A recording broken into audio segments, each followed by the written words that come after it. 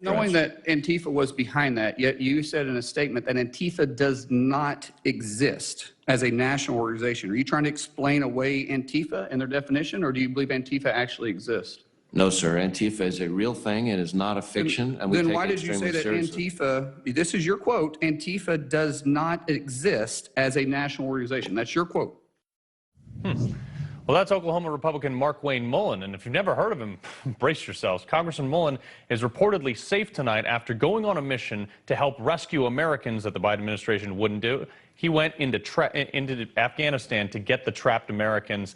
He traveled to neighboring Tajikistan, planning to hire a helicopter to enter Afghanistan to rescue 5 citizens and a woman and her 4 children.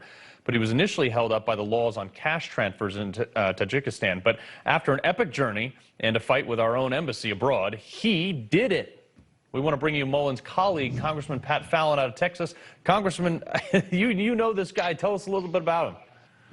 Well, Carl, how are you? It's great to see you again. Listen, Markwayne Mullins, pardon my vernacular, is just an American badass. He was one of the guys that was right by us. There were 5 of us that stayed on January 6th to hold the House chamber itself. We did. And Markwayne Mullin made it very clear to all of us and the folks outside that he wasn't going anywhere. So he puts his money where his mouth is, and he's absolutely a hero, and I'm honored to have him as a colleague. Yeah, no, I mean, this is like the greatest story ever. You know, it is one of these things. Like, there's very few. Like, there's a lot of us out there, a lot of veterans who are like, sign me up, I'm going in. A lot of us called a lot of people, exhausted a lot of resources, and there wasn't an avenue for us to go in and actually participate in anything because we were met with red tape and State Department bureaucratic garbage. But so he went dark for several hours. I mean, he was off contact. We didn't know where he was. And, you know, Mullins posted on Instagram to let his following know that he is actually homesick. I mean, this guy's a Rambo. Yeah, yeah, he's from Oklahoma, so we're going to make an honorary Texan. Our districts actually border one another. So, no, I'm glad he did it. And the thing was, what we saw in a lot of the classified briefings that we obviously I can't talk about specifically, but it seemed that the State Department had this kind of philosophy that if they can't do the job, they didn't want anybody else to do it either. Right. Because there was a lot of Pineapple Express guys and a lot of former service members that were getting people out and saving lives. Right. Yeah, no, I know. We had one of the guys from Pineapple Express on here, Jay Redmond, who I was actually in Iraq with in 2007 or 9, one of the. But he said, like, we just don't have an avenue to get in any more resources, which is unfortunate. Now, the next thing that I want to talk to you about that is just boggles my mind is Nancy Pelosi. Okay, so she gavelled down this piece of legislation, 5127, I believe it was. Yes. And this is ridiculous. Let me read to you people what this bill is. Okay, this is a different thing. So it requires the administration to share a plan with Congress for an evacuation plan for the Americans left behind. Seems fine. Produce an itemized inventory of the $85 billion of equipment and military weaponry. Also seems totally fine. Bans any funding of the Taliban. Super fine with that.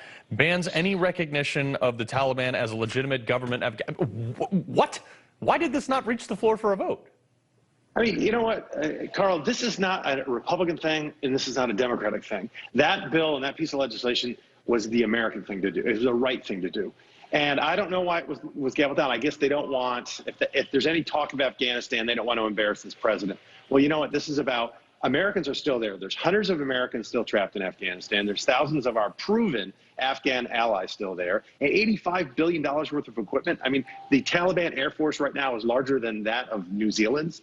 And when President Trump was, President John Ratcliffe told us this, and also National Security Advisor O'Brien specifically said, President Trump didn't even want a cooler, a styrofoam cooler left in Afghanistan if it had an American flag on it. When we pulled our special ops troops out of Syria, we only left tents and poles, and President Trump was mad about that. So you can imagine how he feels now that President Biden left $85 billion worth of equipment there. It's a disgrace. Yeah, huge disgrace. The other thing is, apparently you guys weren't, and correct me if I'm wrong, but what I'm hearing is you weren't allowed to read the names of the fallen U.S. soldiers on the House floor. Is this correct? We wanted to, so there are about 40 GOP caucus members that were veterans came back to Washington. We're in Washington right now because we wanted to have, immediately address this crisis and try to get our people out. So we had a classified briefing. We went to the House floor in a pro forma session, and we simply wanted to pray for the 13 service members that were lost, read their names out, and then have H.R. 5127 considered. And none of that happened. We did have a moment of silence in the prayer, and that was it. And I don't know why. We should have recognized those 13 brave Americans, and we never want this to happen again. I feel like the House leadership is backwards. Congressman Pat Fallon, I hope that we see you in a leadership role come the 22 elections, because what's happening in there seems absolutely outrageous to me. Thank you for joining us, Congressman. Thanks, Carl. God bless. Take care. All right.